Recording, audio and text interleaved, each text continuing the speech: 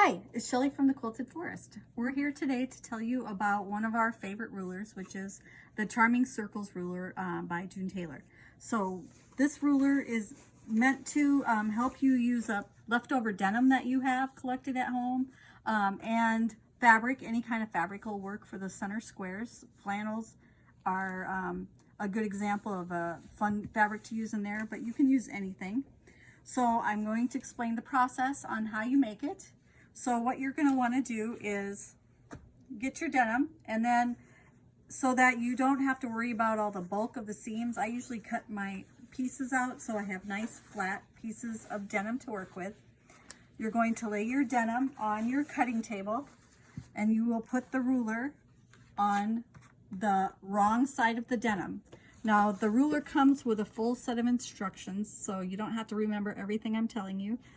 It's all in there, and they have a couple different layouts. But you're going to take the ruler, set it down. You're going to use your rotary cutter once you have it on your mat and cut all the way around with your rotary cutter. And then while you have it in place, before you move the ruler, you want to go ahead and mark all the lines. There are slots all the way around the ruler, and you're just going to take your pen and mark those slots. Once you have all those slots marked, it'll look like this. So you'll have your circle with your slots marked. And then you're going to take your 5-inch square, and that's what's going to go in the center of it. Now you can, like I said, you can use any kind of fabric. I have a sample here where I used a couple different kinds of fabric. This is a flannel. This is a t-shirt, piece of a t-shirt that I cut out. This was a crazy block I had done for something else and didn't use it in my quilt, so I cut it down to size and used it here. This was a leftover 4-patch from another block, half square triangle. This is just plain cotton. This was a piece block I didn't use, and then this one's Cuddle. This is my next project that I'm working on in this kind of quilt. So once you get your circles all cut out, and then one thing that I did that's not written on the pattern is I sewed from corner to corner with these two things. It kind of looks like this. These are my Cuddle samples that I'm working on now, but I sewed corner to corner, and that just holds the thing in place.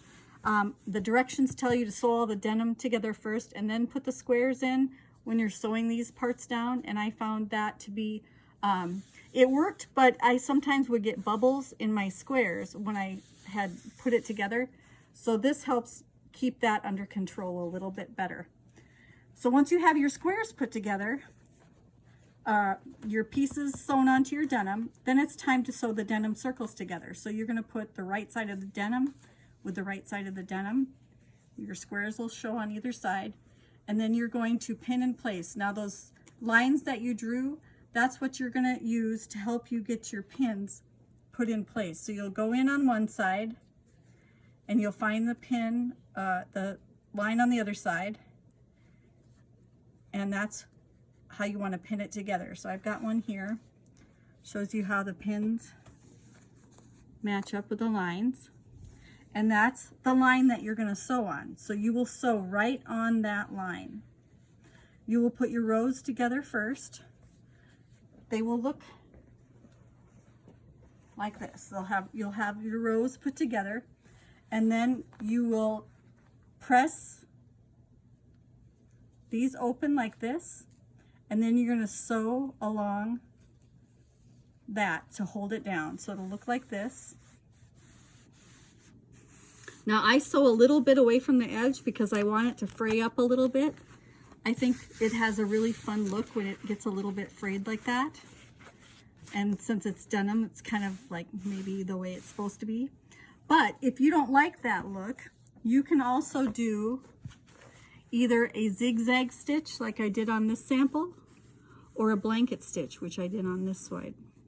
And those will clean it up a little bit so it's not quite as frayed. It's kind of up to you. You can do whatever you want. And then once you have your rows made, then it's time to put the rows together. So you will do the same technique as you did for this. When you put the two together, you will line them up and then pin on one side, make sure it lines up with the side on the other side, and you'll have it all pinned up like this, your whole row. And then again, that's the line that you're going to sew on. So you'll start on one end and sew all the way down. It'll open up like this. Once it's sewn, you will go in and press all these pieces down. Then you start to see where the shape comes in, because you start seeing those points. And then once you have that pressed, you will need to sew those pieces down. And when you are sewing these pieces down, instead of going from corner to corner like this, it's a little bit more manageable to sew in kind of a serpentine fashion. So go one side down the other. When you get to the other end, you'll come back and sew the other sides. That helps it go together a little bit faster. Once you have all your rows sewn together in that fashion, then it is time to finish it off. So all you will do is fold those in and press.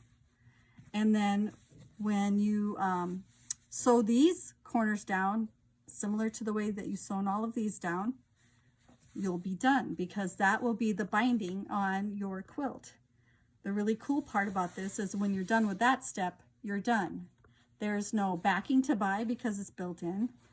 There's no binding to do because it's built in. There's no quilting to do because that's also built in.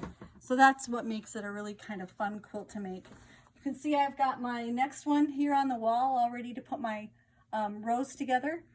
And the one after that is going to be my cuddle one. So someday when I get that done, I'll add that to the video too, but you can look forward to that. So if you have any questions, you can give us a call, or if you want to make a purchase of the Charming Circles ruler, you can give us a call at 641-585-2438. Stay healthy out there. Thank you.